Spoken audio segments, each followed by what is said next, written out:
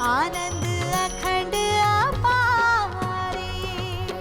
शिव सनकादिक आदिक इंचित, शेष न पावत पार मेरे वाला जी, शेष न पावत पारे, शेष न पावत पारे।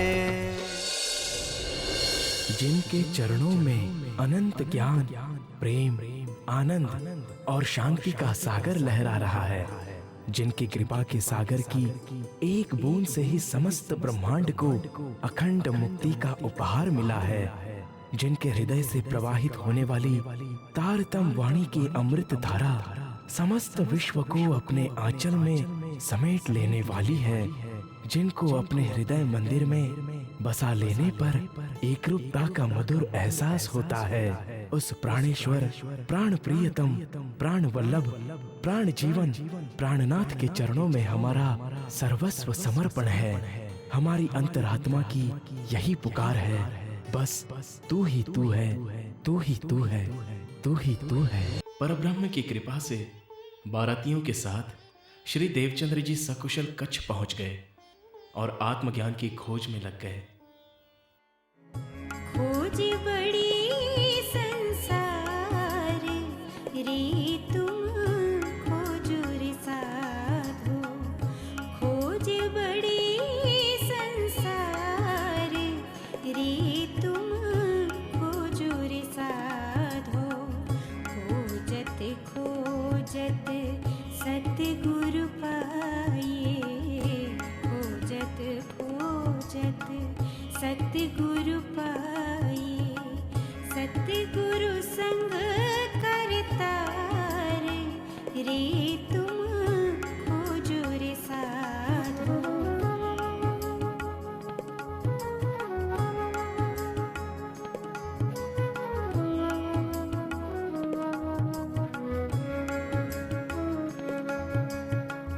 सतगुरु क्यों पाइए कुली में, सतगुरु क्यों पाइए कुली में, भेखे बिगाड़्यो वैराग, डिम्भकाए दुनिया ने डबोई, डिम्भकाए दुनिया ने डबोई, बाहर शीतल महिया। खोज बड़ी संसार रे तुम खोजो रे साधो, खोज बड़ी संसार रे तुम खोजो रे साधो।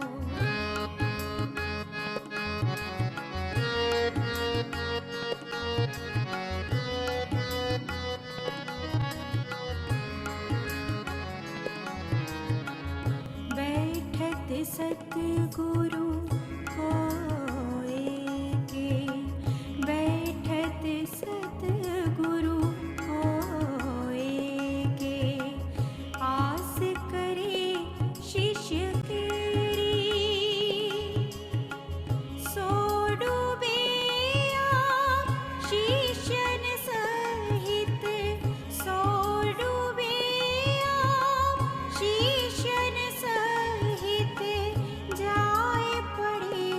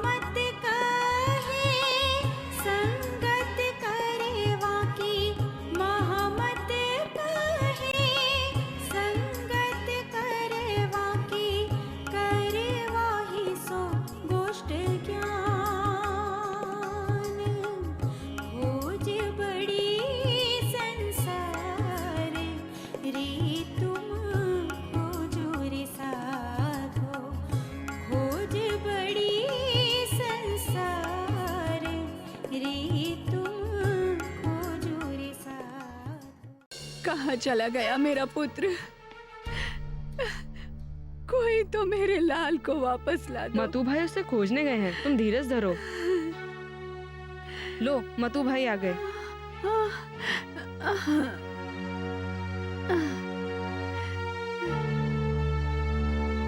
आ गए आप? कहाँ है मेरा पुत्र?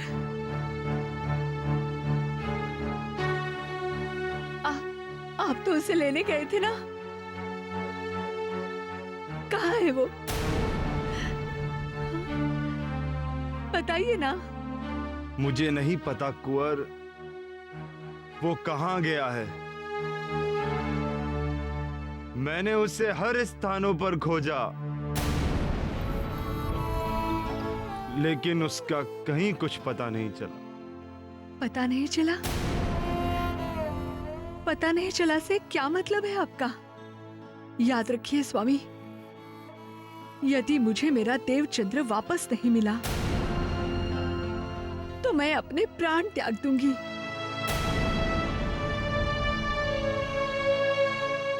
ये तुम क्या पागलों जैसी बातें कर रही हो?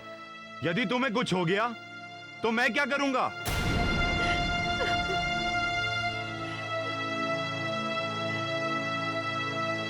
काश मुझे ये पता चल जाए कि वो कहां गया है, तो मैं कुछ भी जतन करके उसे तुम्हारे पास कान पकड़कर ले आऊंगा।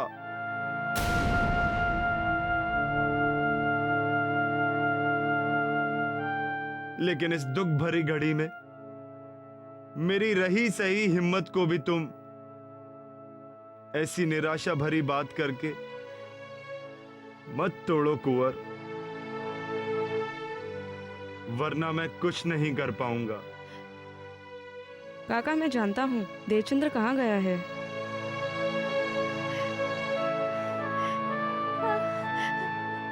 क्या तुम जानते हो? तो बताओ बेटा, देवचंद्र कहाँ है? काका, वो कुछ दिन पहले हमसे कच्छ जाने की बात कर रहा था। हाँ काका, और वो वहीं चला गया होगा। वो कह रहा था कि मुझे ब्रह्म ज्ञान प्राप्त करना है। तब तो वो अवश्य ही वहां गया होगा। आप खड़े खड़े क्या कर रहे हैं? चलिए, हमें शीघ्र ही कच्छ जाना होगा। यदि ऐसा है तो मैं अभी कच्छ जाने की तैयारी करता हूं। लेकिन तुम्हारा इस हालत में मेरे साथ चलना उचित नहीं होगा कुंवर। मुझे अकेले ही वहां जाना होगा। तुम्हारी हालत पहले से ही ठीक नहीं है। ठीक है स्वामी, किंतु इस बार आप खाली हाथ मत आइएगा। यदि देवचंद्र सच में कच्छ गया है तो अब मैं उसे लेकर ही वापस आऊंगा।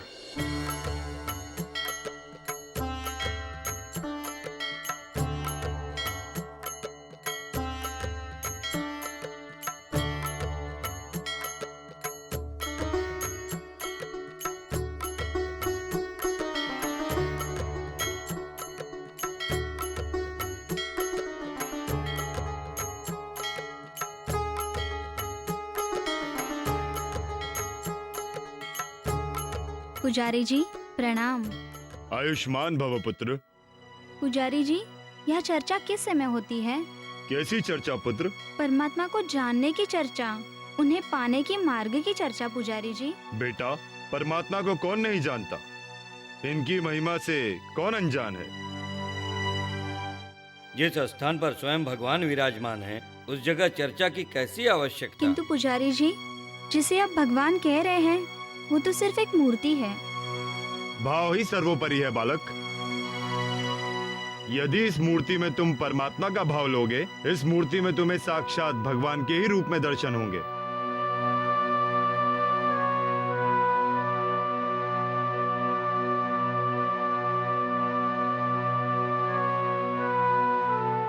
मूर्ति पूजा तो मैंने 4 वर्ष तक की थी, किंतु उसे मुझे कोई भी लाभ प्राप्त नहीं हो पाया था।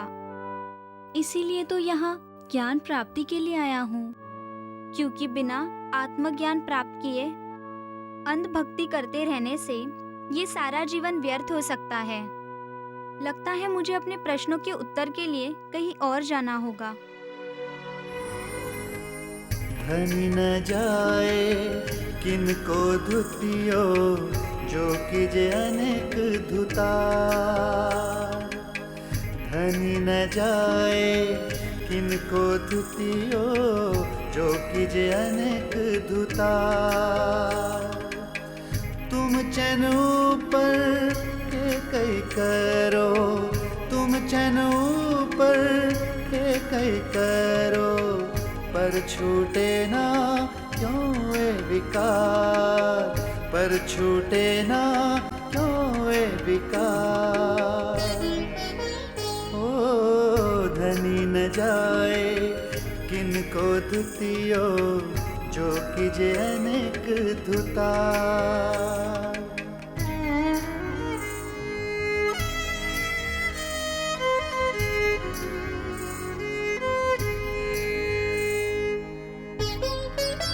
सात बेर स्नान करो पहनो न उत्तम कामल।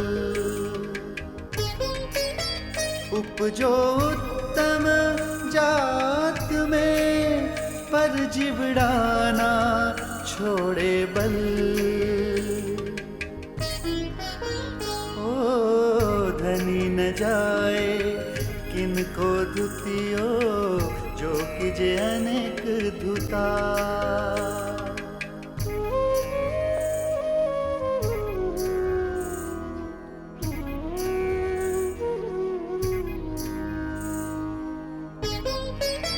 सोमाला वाओ गले में द्वादश करो 10 बेर।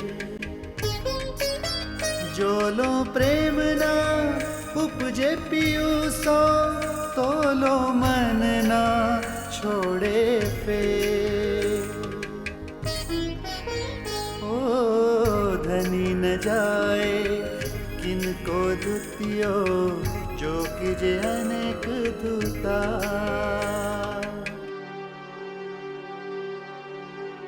कहाँ जाऊं? किससे पूछूं? कौन मुझे परमात्मा की पहचान करवा सकता है?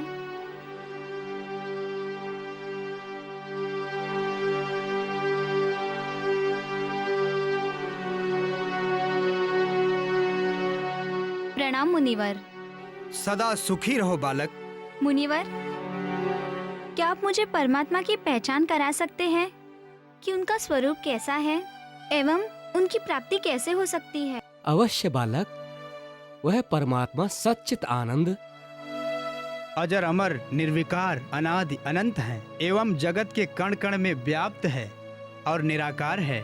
ये सारा संसार सपनवत है, नश्वर है और दुख रूप है। हम तुम्हारी पात्रता के अनुसार धीरे धीरे अष्टांग योग का उपदेश देंगे। यदि तुम सच्चे हृदय से ध्यान साधना करोगे तो गुरु कृपा से तुम्हें उस ब्रह्म के त्रिगुणातीत स्वरूप का साक्षात्कार हो जाएगा। परंतु क्या मुनिवर? एक दिन में परमात्मा का साक्षात्कार संभव नहीं है। अतः इसके लिए तुम्हें हमारा शिष्यत्व स्वीकार करना होगा। हमारे मार्गदर्शन में सेवा आराधना करनी होगी। क्या तुम्हें स्वीकार है? मुझे स्वीकार है।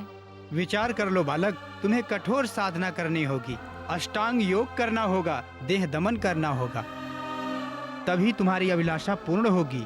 मुझे सब स्वीकार है। तो चलो मेरे साथ।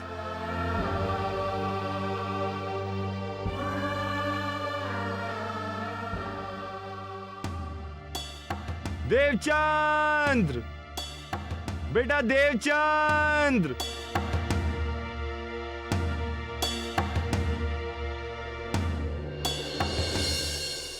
ठहर बेटा देव, कहाँ जा रहा है? क्या बात है भाई? मेरे बेटे का हाथ पकड़कर आप कहाँ ले जा रहे हैं इसे? अरे भाई, मेरा बेटा है। नहीं नहीं, ये मेरा बेटा है भाई। मेरा देव।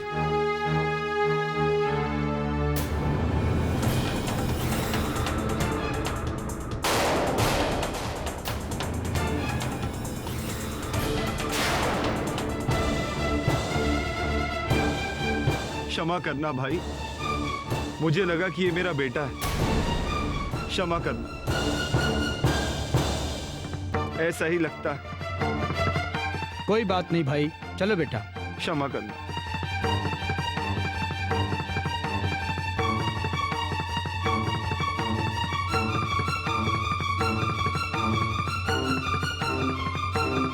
देवचंद्र, बेटा देवचंद्र, कहाँ ढूंढूं मैं, कहाँ चला गया है? ए भाई, भाई जरा रुको ना।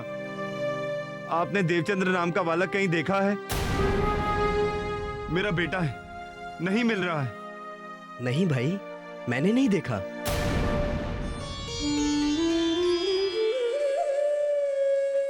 हे भगवान, अब क्या करूं? कहां खोजूं देवचंद्र को? उसका तो यहां भी कुछ अता पता नहीं। कहां चला गया? न जाने कहां चला गया वो बावरा। कहां ढूंढूं मैं?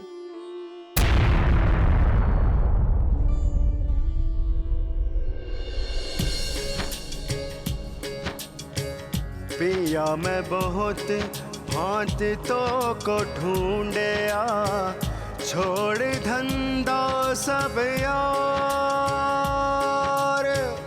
पूछत फिरा सुहागिनी,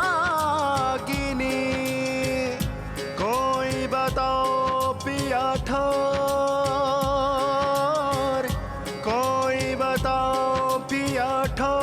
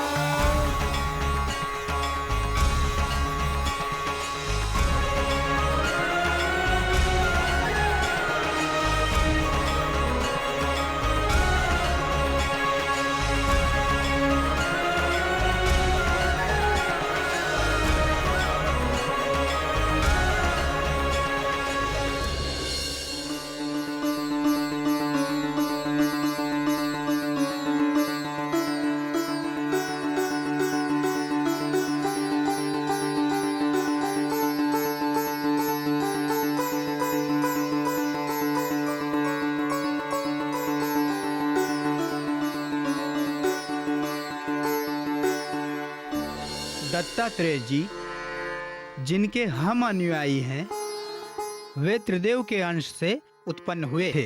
वे महान योगेश्वर थे। दत्तात्रेय जी ने हृदय की निर्मलता एवं योग साधना की सफलता के लिए अजगर, मधुमक्खी, मछली, पिंगला वेश्या, लोहार आदि 24 गुरु माने थे। अजगर से उन्होंने सीख ली कि प्रारब्ध के अनुसार जो आसानी से प्राप्त हो उसी से संतुष्ट रहना चाहिए। मधुमक्खी से शिक्षा प्राप्त की कि शहद के समान धन एकत्रित कोई और करता है, खाता कोई और है। मछली से शिक्षा प्राप्त की कि जिस प्रकार मछली दाने के लालच में फंस जाती है, वैसे ही मनुष्य सांसारिक सुखों की लालच में माया में फंस जाता है। पिंगला वेश्या सारी रात अपने प्रेमी की प्रतीक्षा करती रही, किंतु वो नहीं आया। तो वो सोचती है, यदि सारी रात परमात्मा का ध्यान करती तो वो भी शायद मुझे मिल जाते। ध्यान में ऐसी तन्मयता होनी चाहिए जैसे लोहार को अपने काम में थी। राजा की सवारी निकल गई, लेकिन उसे पता तक नहीं चला।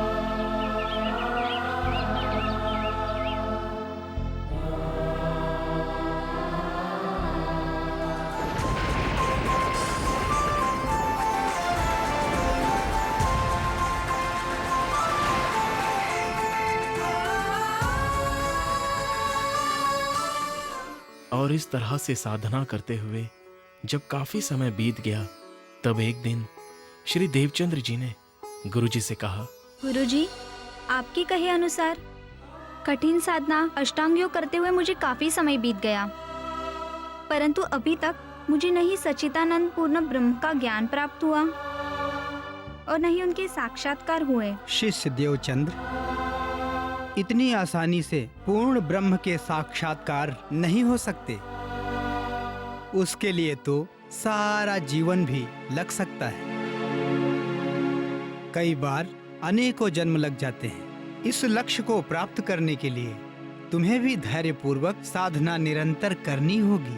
कभी कहते हैं कि कण कण में ब्रह्म है, कभी कहते हैं कि यह सारा संसार स्वप्नवत है, असत्य है। निज घर, आत्मस्वरूप एवं परमात्मा के स्वरूप के विषय में आज तक भी ये स्पष्ट रूप से बता नहीं सके। जब इनका ही संशय नहीं मिटा है तो इनकी बातों पर विश्वास करके मैं कैसे अपना सारा जीवन दांव पर लगा सकता हूँ। आपने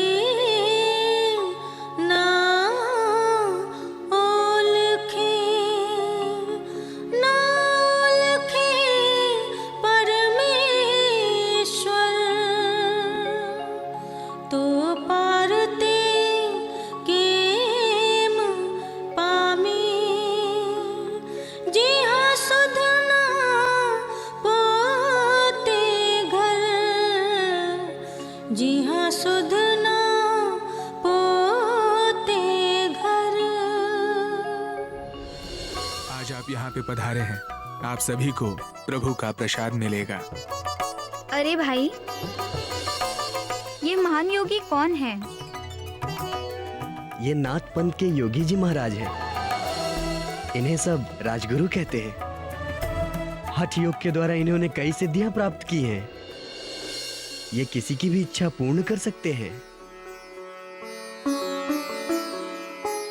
तब तो ये मेरी भी इच्छा पूर्ण कर सकते हैं।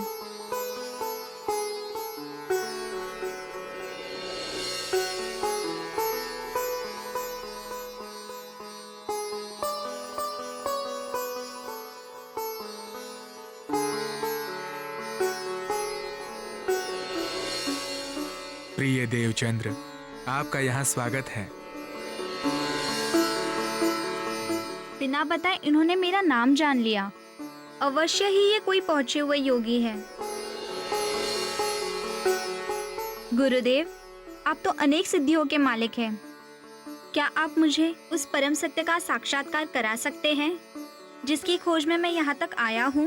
प्रिय देवचंद्र, हम आपको नेति धोती, वस्ती, त्राटक, कपालभाति, महामुद्रा, खेचरी मुद्रा, जालंधर, बंध, उद्यान, बंध आदि के साथ साथ ध्यान समाधि का भी अभ्यास कराएंगे, जिससे तुम्हें रिद्धि सिद्धियों के अतिरिक्त परमात्मा के भी दर्शन हो जाएंगे। यह तो आपकी महान कृपा होगी, किंतु मैं सिद्धियां नहीं चाहता। मैं तो एकमात्र अपने आत्मा के प्रियतम के साक्षात्कार चाहता हूँ। जैसी तुम्हारी इच्छा वैसा ही होगा। कल प्रातः हम तुम्हें ध्यान समाधि का अभ्यास करवाएंगे। यह हमारा सौभाग्य होगा गुरुदेव। और आप जैसा शिष्य पाना यह हमारा सौभाग्य है देवचंद्र।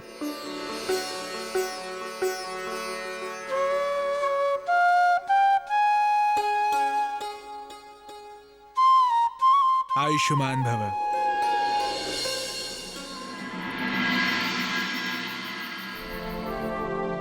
कुंवर,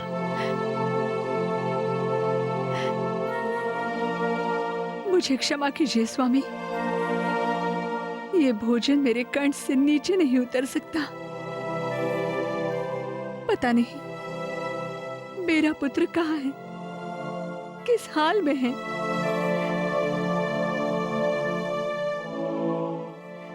उसने इतने दिनों से ठीक से कुछ खाया भी होगा या नहीं। मैं तुम्हारे दर्द, तुम्हारी पीड़ा को समझ सकता हूं कुंवर, पर मैं क्या करूं? जहां जहां भी देवचंद्र जा सकता था, मैंने कच्छ की सभी जगह का निरीक्षण किया, लोगों से मिला, मंदिरों में गया, आश्रमों में खोजा, यहां तक कि भुज नगर में मेरे गुरु हरिदास जी के पास भी गया और उन्हें भी इस बात से सूचित किया। अब तो मैं भगवान से ही प्रार्थना कर सकता हूं।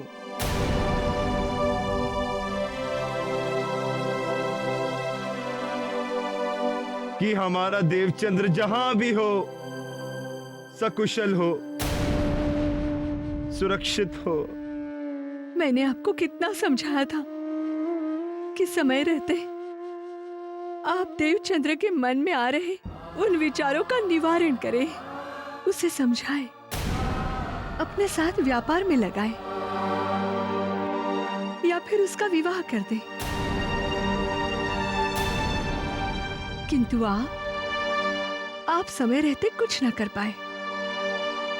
उसके मन की जिज्ञासा बढ़ती गई और वो घर त्याग कर निकल गया।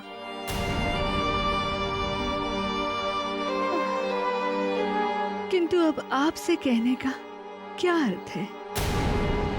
अपने बच्चे से अलग होने की पीड़ा जितनी एक स्त्री को होती है उतनी एक पिता को कभी नहीं होती, कभी नहीं। 9 महीनों तक जिस सुख की कामना के लिए मैंने लाख दुख तकलीफें सहकर उसे जन्म दिया, क्या उसका यही फल है? तुम जो भी कह रही हो सत्य कह रही हो, पर मैं क्या करता? मैंने सोचा कि कुछ ही दिनों में मैं उसे समझा बुझाकर अपने साथ व्यापार में लगा लूंगा और सब ठीक हो जाएगा, पर ये हो ना सका, ये ना हो सका।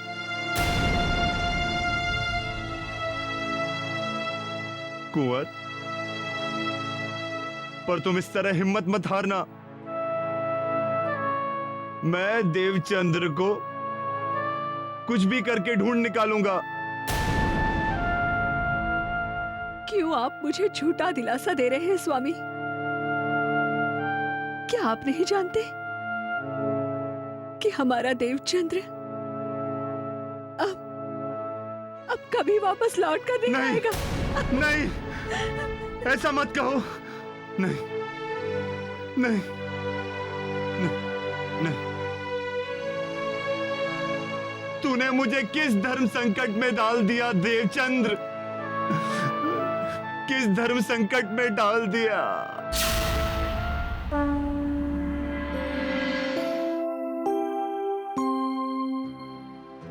छोटे बड़े जिन खाजिया ना पाया करतार, संसे सब कोई ले चलिया, संसे सब कोई ले चलिया, पर छूटा नहीं विकार, पर छूटा नहीं विकार, पर छूटा नहीं विकार।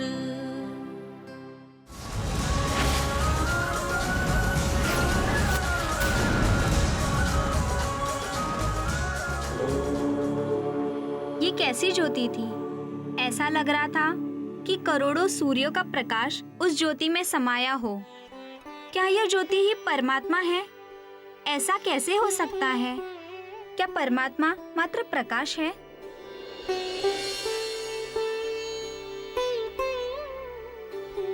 क्या बात है प्रिय देवचंद्र, तुमने समाधि क्यों तोड़ दी? क्या इस कठिन तप ने तुम्हें विचलित कर दिया है?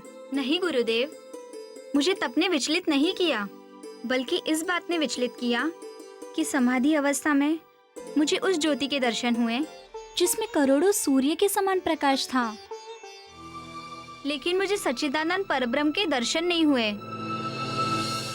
क्या सच्चिदानंद स्वरूप परब्रह्म के साक्षात्कार के लिए कोई दूसरा मार्ग है?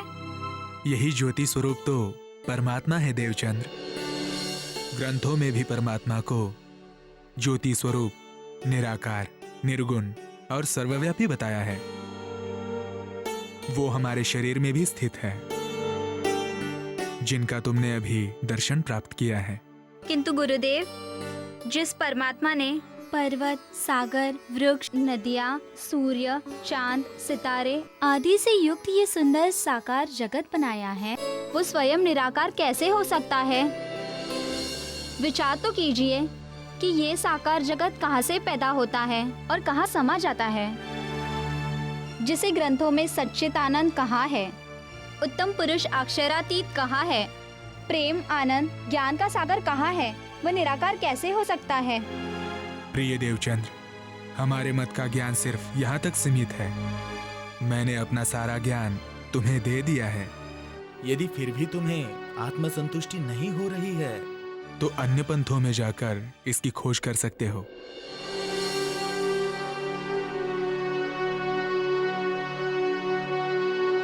आपने सत्य कहा गुरुदेव, मुझे उस मार्ग को खोजना ही होगा। आपका कोटि कोटि धन्यवाद जो आपने मुझे इतना ज्ञान दिया। अब मुझे आज्ञा दीजिए।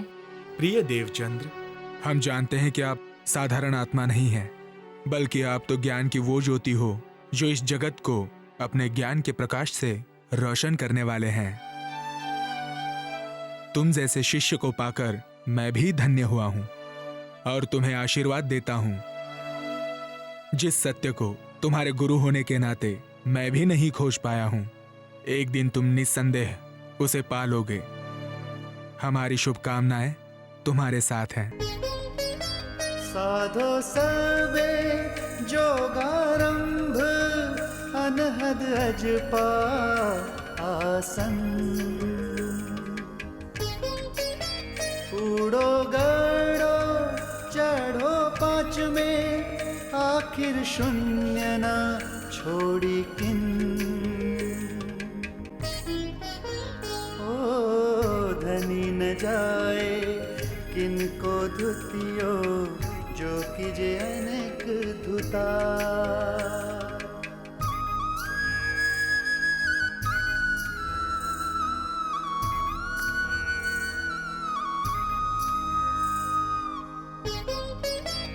आगम भाखो मन की परखो, सूझे 14 भवन।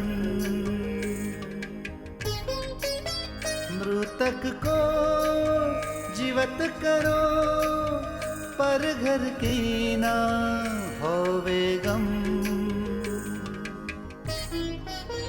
ओ धनी न जाए किनको धुतियो, जो कीजे अनेक धुता।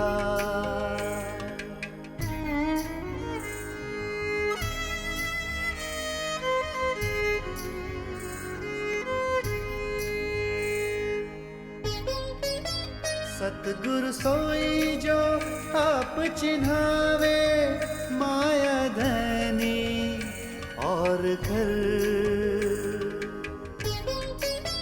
सब चिन्ह पर आखिर की, जो भूलिए नहीं अवसर। जो भूलिए नहीं अवसर, जो भूलिए नहीं अवसर।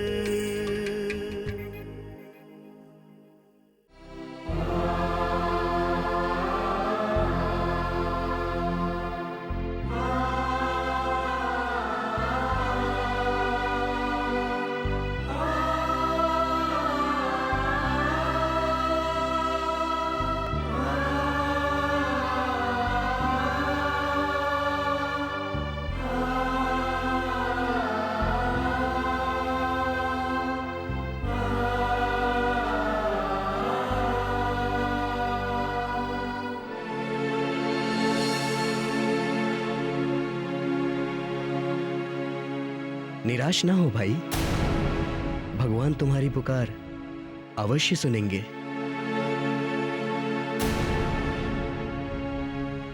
इस विश्वास पर तो अब तक जीवित हूं पुजारी जी। आज मेरे देवचंद्र को गए हुए 3 साल से भी ज्यादा समय बीत गया है। न जाने मेरा पुत्र कहां होगा, किस हाल में होगा। वो जहां भी होगा भगवान की कृपा से ठीक ही होगा। आप ठीक कह रहे हैं पुजारी जी। भगवान तो सबके रखवाले,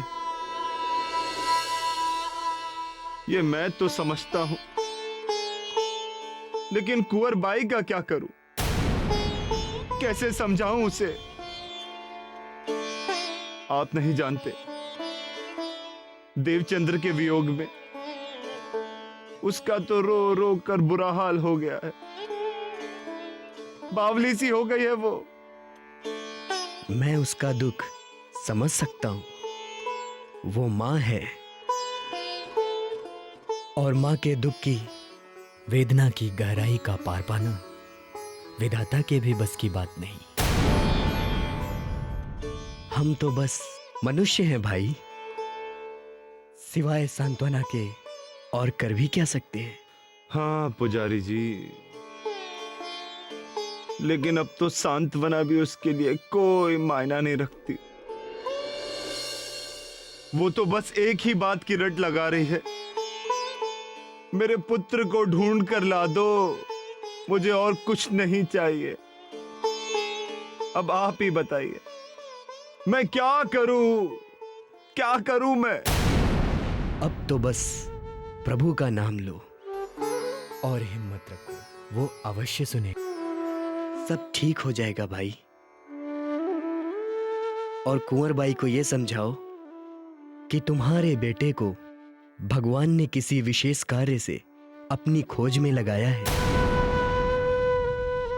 वरना इतनी छोटी आयु में किसी को भगवान को पाने के लिए ऐसी लौ थोड़ी ना होती है।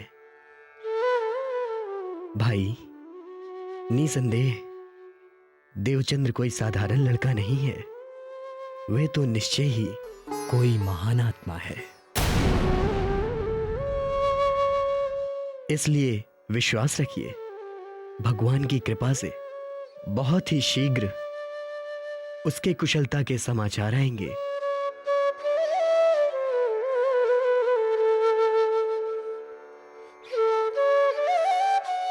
लो भाई, प्रसाद लो।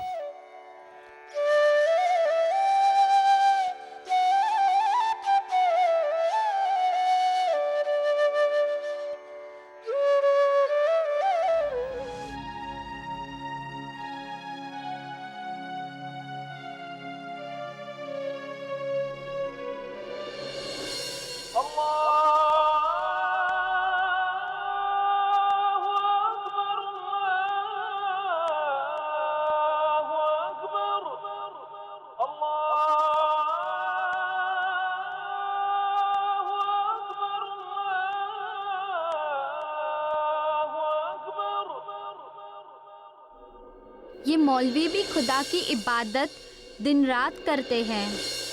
शायद इन्हें पता हो कि परमात्मा तक पहुंचने का क्या मार्ग है। मौलवी साहब, क्या मैं आपसे कुछ बात कर सकता हूँ? बेशक, बेशक आप मुझसे बात कर सकते हैं। ये तो अल्लाह का घर है और अल्लाह की नज़र में हर एक बंदा एक जैसा है। आइए, यहाँ बैठिए।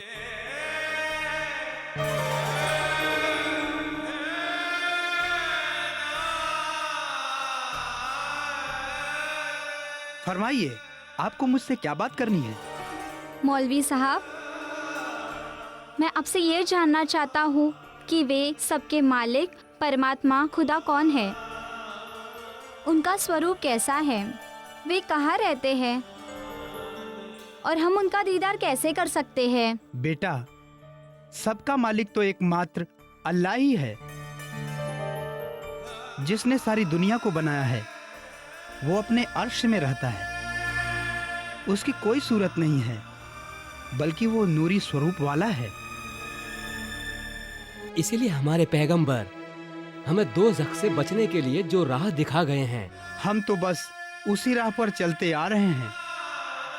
अगर उस परवरदिगार को खुश करना है तो इन पांचों बातों पर अमल करना होगा। पहला कलमा, दूसरा नमाज, तीसरा रोजा, चौथा हज और 5वां ज़कात। इन 5 बातों पर अमल करने वाला खुदा की रहमत से जन्नत को पाएगा।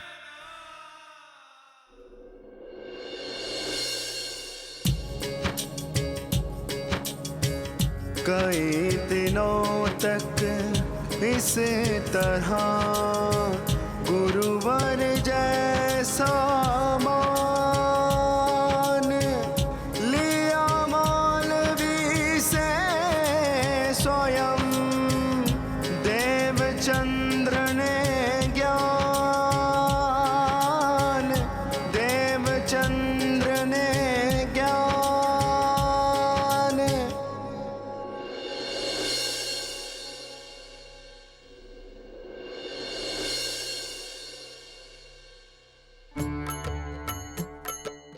अब क्या करूं? जहां भी जाता हूं सभी कर्मकांड में डूबे दिखाई देते हैं। कठिन तपस्या और साधना में तो लगे हुए हैं, किंतु कहीं भी ज्ञान व प्रेम का नामो निशान भी दिखाई नहीं देता। कहीं कसनी कसी अति अंग, प्रेम सेवा में न कियो भंग। कहीं कसौटी करी दुल्हन, सो कारण हम सब सहियन, सो कारण हम सब सहियन, सो कारण हम सब सहियन। और इस तरह देवचंद्र को प्रभु की खोज में कई साल बीत गए। प्रभु को खोजते खोजते देवचंद्र भुजनगर जा पहुंचे।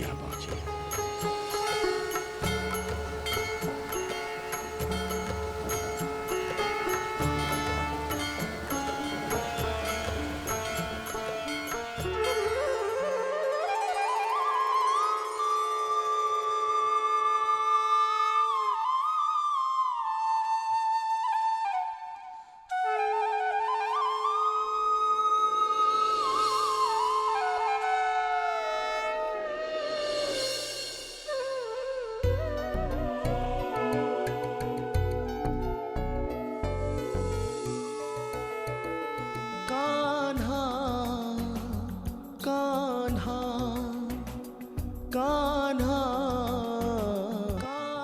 ये आवाज कितनी मधुर है। भजन भी बहुत ही प्रेम से भरा है। तन मन धन तुझ पे हारी। सुनो भाई, ये किसका मंदिर है? लगता है तुम इस भोजनगर में नए हो, कभी इस मंदिर के बारे में नहीं जानते।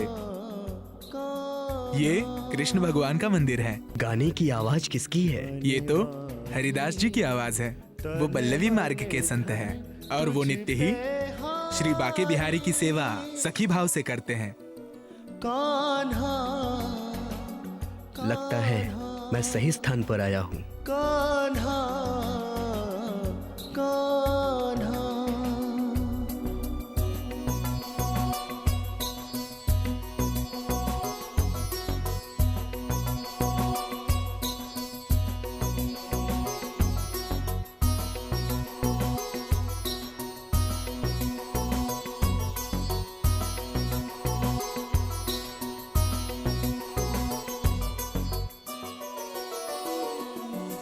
निस दिन तेरा नाम जपूं मैं, पल पल तेरा ध्यान करूं।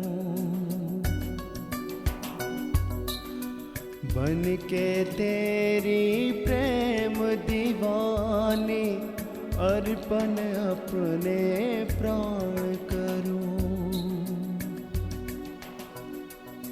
डोलूं होके मतवारी,